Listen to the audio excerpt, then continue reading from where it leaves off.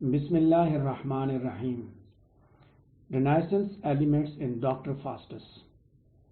Doctor فاسٹس 12/11/2019 کے نام سے جو اسٹڈی مٹیریل میں نے آپ کے ساتھ شیئر کیا ہوا ہے اس کے پیج نمبر 33 پہ ہیں ہم، اور اس کے فرسٹ پیراگراف سے ہم سٹارٹ کریں گے. رینیسنس ایلیمنٹس کو دیکھیں گے جو کہ ڈاکٹر فاسٹس کے اندر موجود ہیں، اور اس کے سارے اسپیکٹس کو ہم ڈسکس کریں گے کس حد تک ڈاکٹر فاسٹس جو ہے وہ امبوڈیمنٹ ہے رینیسنس ایرا کی. یاد رکھیں کہ یہ پلے رینیسنس ایج میں لکھا گیا، رینیسنس کے ٹائم میں لکھا گیا، تو ڈیفینیٹلی اس کے اندر کچھ ایسے اسپیکٹس موجود ہیں جن کا تعلق پیورلی اس ایرا کے ساتھ ہے.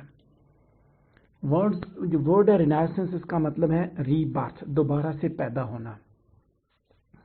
تو ری برتھ کا آئیڈیا دراصل اس بلیف میں اوریجنیٹ کرتا ہے کہ یورپینز جو ہے انہوں نے گریک اور رومن کلچر کی جو ہے نا سپیریارٹی کو ڈسکور کیا بڑی صدیوں کے بعد، اور انہوں نے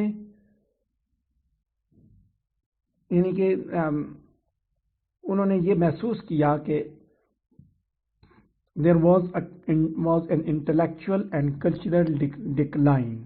ٹھیک ہے، یعنی کہ ری برتھ کا آئیڈیا جو ہے دراصل اس بلیف پہ اوریجنیٹ کرتا ہے کہ یورپین نے گریک اور رومن کلچر کی سپیریارٹی کو بہت صدیوں بعد ڈسکور کیا، جس کو یہ دراصل سمجھ رہے تھے کہ شاید ان کے نزدیک انٹلیکچوئل کلچر ڈکلائن ہے.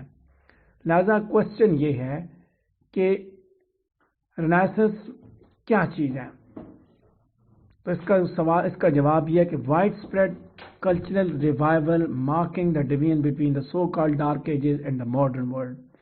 ٹھیک ہے، کلچرل ریوائول، میں نے بات کی کہ کلچرل ڈکلائن تھا ڈارک ایجز کے اندر. یہ کروسیڈ کا زمانہ تھا، صلیبی جنگوں کا زمانہ تھا، جس کے اندر یہ کلچرلی انٹلیکچولی جو کرسچین ورلڈ تھی یہ ڈکلائن کا شکار ہو چکی تھی. تو انہوں نے جب دوبارہ سے ریوائول کیا تو گریک ایلیمنٹس، گریک جو ہے وہ لٹریچر نے ان کے اوپر بڑا اثر چھوڑا. تو مطلب کہنے کا یہ ہے کہ یہ وہ ٹائم ہے بیسیکلی رینیسنس جو ہے اس نے اس سوال کا جواب دیا کہ ماڈرن ورلڈ اور ڈارک ایجز کے درمیان جو ڈویژن ہے. رینیسنس دراصل فنڈامنٹل چینج کا ٹائم تھا انسان، اور اس میں کیا ہوا، انسان کی جو ہیومن آؤٹ لک ہے وہ تبدیل ہوئی. ٹھیک ہے، جو کہ پہلے کسی زمانے میں ریلیجیس ڈاگما اور کرسچین تھیولوجی کے زیر اثر تھی. انسان کی جو سوچ تھی اس کے اوپر جو کرسچین تھیولوجی کا بڑا اثر تھا، مذہب کا بڑا اثر تھا. اور یہ ایج رینیسنس جس کی میں بات کر رہا ہوں، اس کے اندر جو ہے نا گریٹ یرننگ تھی انلمیٹڈ نالج کی، by love for worldliness, supreme power, sensual pleasures of life, by love for beauty, respect for classism, by skepticism, individualism and Machiavellian influence. یعنی کہ ان کے اندر ایک جرنن تھی انلمیٹڈ نالج کی. ٹھیک ہے، اور اس کے لیے وہ مطلب اس نالج کی بیس پہ وہ طاقت حاصل کرنا چاہتے تھے. List for power, list for beauty, list for wealth, lust for knowledge. ٹھیک ہے، یہ ساری کی ساری اس زمانے نے یعنی کہ رینیسنس نے ان کے اندر بیدار کر لی. سیکنڈ پیراگراف کی طرف بڑھتے ہیں پیج نمبر 33 پہ، کہ کرسٹوفر مارلو جو ہے وہ رینیسنس کی ہی پروڈکٹ تھا. لہٰذا اس کے لیے یہ ایک یوزول چیز تھی کہ وہ ایک ایسا ڈرامہ لکھنے جا رہا تھا جس کے اندر رینیسنس اسپرٹ موجود تھی. ہم ڈاکٹر فاسٹس کے اندر رینیسنس کی ونڈرفل ایکسپریشن کو دیکھتے ہیں. رینیسنس کے ایلیمنٹس ہمیں ڈاکٹر فاسٹس کے کردار کے اندر نظر آتے ہیں. تھرڈ پیراگراف پہ آ گیا ہوں کہ سب سے امپورٹنٹ چیز جو رینیسنس کے اندر ہے وہ ہے craving for the knowledge infinite, unlimited knowledge کے لیے یرننگ. ٹھیک ہے، خواہش، ڈیزائر. تو یہ کریکٹرسٹکس جو ہے وہ کرسٹوفر مارلو نے اس کے اندر ڈپکٹ کیا ہوا ہے ڈاکٹر فاسٹس کے اندر. آپ اس کو دیکھیں تو اس کے اندر بھی یہ چیز ہے کہ unlimited knowledge, lust for knowledge ہے. اس نے سارے کے سارے جو نالج کی جو برانچز تھیں ان کو ایکوائر کر لیا تھا، اور ابھی تک اس کے باوجود اس کے اندر جو ہے وہ آپ دیکھیں کہ وہ ایک لسٹ موجود ہے. لسٹ ہے نا، ہوس ہے. ہوس ہوتی یہ چیز ہے کہ یہ کبھی پوری نہیں ہوتی، بلکہ اس کو جو ہے وہ اس کو مزید بڑھاوا ملتا رہتا ہے۔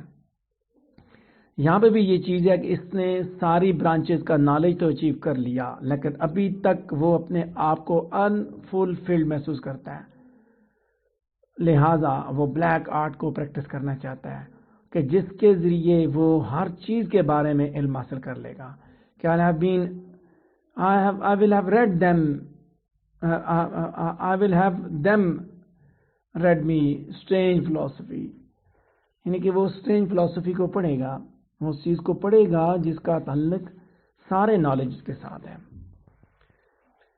لہذا اس نالج کو حاصل کرنے کے لیے وہ کیا کرتا ہے، آگے اسی چیز کو الیبریٹ کر رہا ہوں کہ اس نے پھر اس نالج کو حاصل کرنے کے لیے اس نے اپنی سول کو بیچا۔ دیکھو نا، لسٹ تھی، ہوس تھی، نالج کی ہوس تھی، اسی نے اس کو مجبور کیا۔ نیکسٹ پیراگراف پہ ہوں جو کہ اس پیج پہ 4th پیراگراف ہے کہ اپنی سول کو بیچنے کے بعد سب سے پہلے اس میفسٹوفیلیس سے یہی کوشچن کرتا ہے کہ زندگی کی مسٹریز کیا ہے، لائف کی، ورلڈ کی مسٹریز کیا ہے، ورلڈ کی کائنات کے اندر جو چھپے ہوئے رموز و اسرار ہیں ان کے بارے میں وہ جاننا چاہتا ہے، وہ جہنم کی پوزیشن کو جاننا چاہتا ہے۔ تو یہ جو چیز ہے یہ اسی انفائنائٹ نالج کی وجہ سے ہی ہے، ٹھیک ہے۔ First will I question with the about hell, tell me where is the place that man call hell, کہ بتاؤ مجھے کون سی جگہ، پہلا سوال یہ ہوگا۔ تو فاسٹس کے اندر میٹیریل پراسپیرٹی، ویلتھ اور منی کی لانگنگ ہے، ڈیزائر ہے، آٹموسٹ ڈیزائر ہے اس کے اندر۔ اگلے پیراگراف پہ پہنچ چکا ہوں۔ آٹموسٹ ڈیزائر ہے، ہنگر ہے، لسٹ ہے اس کے اندر، اور یہ رینیسنس کا ایلیمنٹ ہے جو کہ اگلی لائنز میں جب ایکسپریس بھی کیا گیا، where he desires to gain the lordship of Amberden, a great commercial city of wealth, why the singularity of Amberden shall be mine۔ ٹھیک ہے، یہاں پہ لسٹ فار ویلتھ بھی آپ کو دکھا دی۔ میں نے پہلے لسٹ فار نالج بات کی کہ وہ نالج کی بات کرے گا تو وہ کائنات کے سارے رموز و اسرار کو ڈھونڈ رہا ہے، جب وہ ویلتھ کی بات کر رہا ہے تو وہ پھر اس کمرشل سٹی پورے کی پورے لارڈشپ کی بات کر رہا ہے۔ مزید پلیئرز کی بات کرتے ہیں، lust for wealth, lust for knowledge, lust for beauty, pleasures, worldly pleasures کے لیے ہی wants to enjoy a splendid life full of worldly pleasures. کہتا ہے کہ I will have them fly to India for gold, ٹھیک ہے، lust for wealth, ransack the ocean for orient pearl and search all the corners of the new found world for pleasant fruits and princely delicates. دیکھو اب یہاں یہی چیز بتائی جا رہی ہے، یہی بات ڈپکٹ کی جا رہی ہے۔ میں نے لسٹ فار نالج کی بات کی تو یہاں لسٹ فار ویلتھ کی بات ہے، دولت کی ہوس ہے، اور یہ ہوس ایسی چیز ہوتی ہے جو کبھی ختم نہیں ہوتی۔ اگلا جو انہیرنٹ ہے، کیا کہتے ہیں اس کو، ایلیمنٹ جو رینیسنس کا ہے، that is related to lust for adventure, ٹھیک ہے، لسٹ فار ایڈونچر، کہ یہیں پہ نیکسٹ ہم اس کے اندر دیکھتے ہیں انہیرنٹ ہے کہ وہ جب وہ جانا چاہتا ہے نا، دیکھو کہ انڈیا جائے اور انڈیا سے اس کے لیے پرل لے کے آئے، دنیا کی مطلب نیو فاؤنڈ ورلڈ سے یہ ساری چیزیں، پلیزنٹ فروٹس اور پرنسلی ڈیلیکیٹس اس کے لیے لائے جائیں۔ Faustus' eagerness to get the most beautiful German maid to be his wife and Helen to be his paramour and to find heaven in her lips proves his love of beauty along with love for sensual pleasure, which is also a renaissance element۔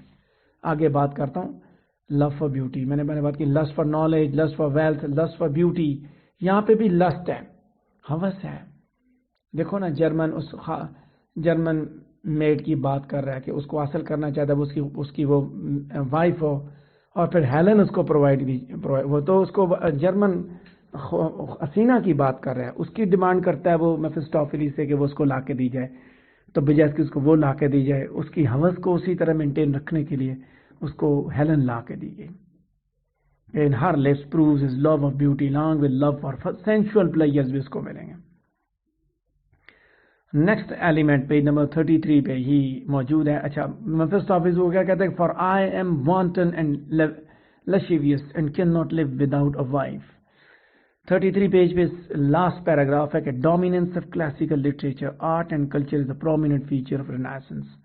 میں نے list for wealth, lust for beauty, list for knowledge کی بات کی تو وہیں یہ چیز بھی، یہ بھی رینیسنس کی خوبی ہے کہ اس کے اندر کلاسیکل لٹریچر، آرٹ اور کلچر، یہ تینوں چیزوں کا ڈومیننس تھا، تینوں کا زور تھا ادب کے اوپر. اور یہ چیز فاسٹس کے ایلیجنس کے اندر، اس کی ایگزامپلس کے اندر، اس کی ریفرنسز کے اندر فریکوینٹلی ایکسپریس کی گئی ہے.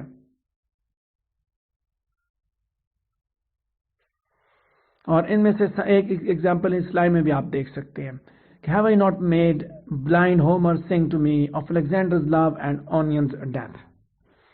یہ انہی کی باتیں کر رہا ہے نا، کلاسیکل لٹریچر کے ریفرنسز وہاں پہ لگا رہا ہے.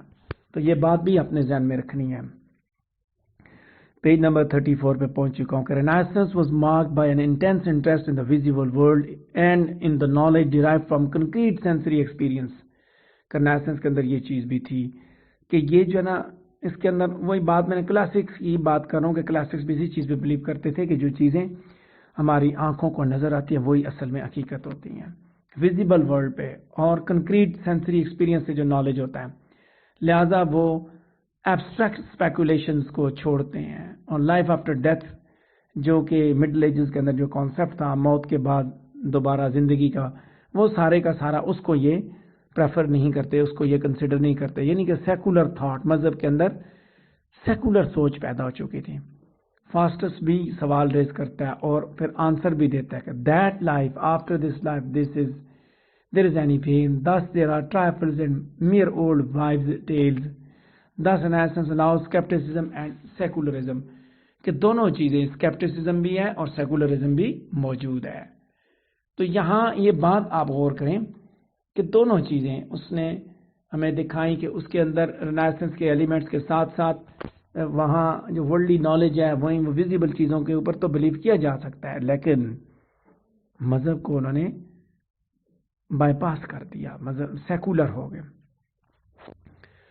پیج نمبر 34 پہ نیکسٹ پیراگراف ہے کہ رینیسنس کے اندر unique talents and potential of the individual, یہ دونوں جو ہے نا، دونوں چیزیں یہ بڑی سگنیفیکنٹ تھی. پرسنل فیم جو ہے نا، مڈل ایجز کے اندر جو کانسیپٹ تھا پرسنل ایج کا وہ بڑا ہی زیادہ ڈیولپ ہوا. فاسٹس بھی دراصل ایک انڈیویجولسٹک ہیرو ہے. اس کی ٹریجڈی اس کی اپنی کریشن پہ ہے، is his own creation. He does not think the traditional heroes are men. Limits کو کراس کرتا ہے، نارملی کامن لوگ اس کو کراس نہیں کرتے. دیکھو رینیسنس کے اندر یہ چیز بھی تھی کہ یونیک ٹیلنٹس اور انڈیویجول کا پوٹینشیل بڑا سگنیفیکنٹ ہوا کرتا تھا. تو یہاں پہ بھی جو ڈاکٹر فاسٹس ہے اس کے اندر دیکھیں تو آپ کو انڈیویجولسٹک ہیرو ملتا ہے. اس کی اپنی ساری کہانی چل رہی ہے، اس کے ساتھ کچھ اور نہیں چل رہا، کوئی اور کریکٹر انوالو نہیں ہے جو اس کے ساتھ کوئی زیادتی کر رہا ہو، کوئی نقصان اس کا کر رہا ہو یا اس کی کیٹاسٹرافی کا ذمہ دار ہو.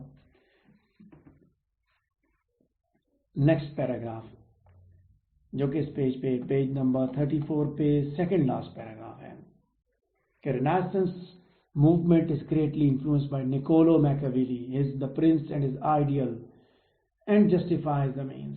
ٹھیک ہے، رینیسنس موومنٹ کا اس کے اوپر میکیاویلی کا بھی بڑا اثر تھا. اس نے کتاب لکھی تھی The Prince and his Ideal. ٹھیک ہے، اینڈ اس نے The Prince کے اندر اس نے جو ہے نا یہ کانسیپٹ دیا تھا کہ اینڈ جسٹیفائز دا مینس، کہ آپ کیسے حاصل کرتے ہیں، یعنی کہ اقتدار حاصل کرنے کے لیے، طاقت حاصل کرنے کے لیے آپ کوئی بھی طریقہ کار استعمال کر سکتے ہیں. اس میں یعنی کہ اس نے اسی بات کی، اسی چیز کو اس نے کی طرف اشارہ دیا کہ اینڈ آپ کا جسٹیفائی کرتا ہے، یعنی آپ کیسے پہنچے.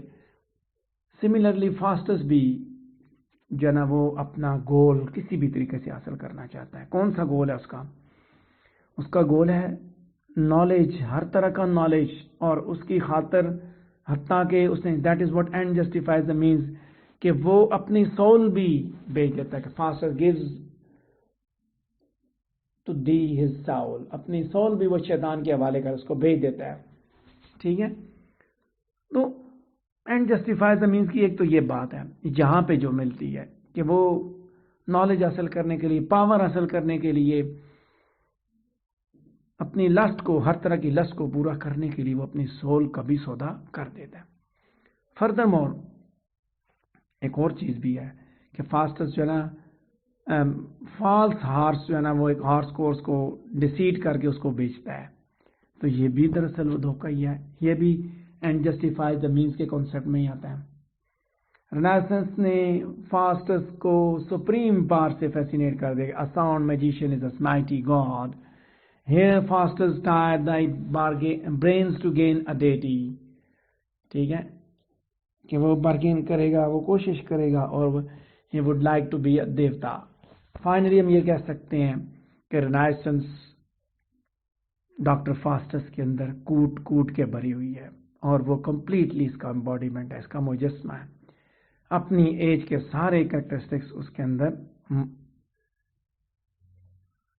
کے اندر موجود ہے۔ دراصل مارلو نے فاسٹس کو اس بڑی کیئر اور توجہ کے ساتھ اپنے زمانے کو مد نظر رکھتے ہوئے اس نے اس کو پکچرائز کیا، اس کی تصویر بنائے۔ جارج سٹیانا رائٹلی کہتا ہے کہ Marlowe is a martyr to everything, power, curious knowledge, enterprise, wealth and beauty. ٹھیک ہے، ہر چیز کا مارٹائر ہے، ہر چیز پہ قتل ہوا ہے۔ دیکھو نا، طاقت کی خاطر بھی، نالج کی خاطر بھی، ویلتھ کی خاطر بھی، بیوٹی کی خاطر بھی، ان سب کے لیے اس نے قربانی دی، اس نے اپنا جو سب کچھ قربان کیا، تباہ کیا، اس کے پیچھے یہی ایک وجہ تھی۔ یہ تھا ہمارا آج کا پہلا ٹاپک، ٹھیک ہے، renaissance element in Doctor Faustus. اس سے ریلیٹڈ اگر آپ کا کوئی کوشچن ہے تو آپ کمنٹ کر سکتے ہیں۔ میں لائیو آڈیو براڈ کاسٹ پہ اگر کوئی کوشچن ہے تو پلیز کمنٹ کیجیے۔